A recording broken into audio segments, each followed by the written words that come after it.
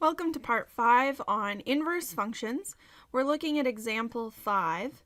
If f of x equals x cubed minus 3, find f inverse of f and f of f inverse for all the x values. Well, that means we have to compose the function f of x with its inverse. And I first have to find the inverse functions. Replacing the f of x with y, and then swapping x and y gives me x equals y cubed minus 3. Now I need to solve for y again. So I add 3 to both sides.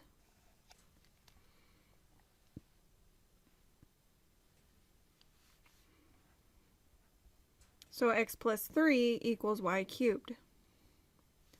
Now I need to take the cube root of both sides to undo the cube.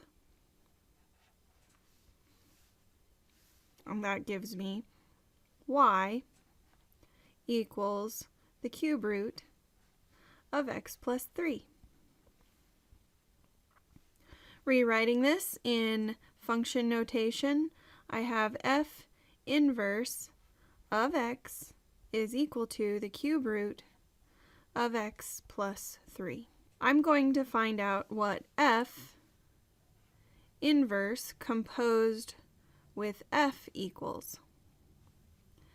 If I substitute x with f of x in the cube root of x plus 3, I will have the cube root of x cubed minus 3 plus 3 all under the cube root, which gives me the cube root of x cubed, which is just x. Now let's compare that with f composed with f inverse. If I calculate that, I will have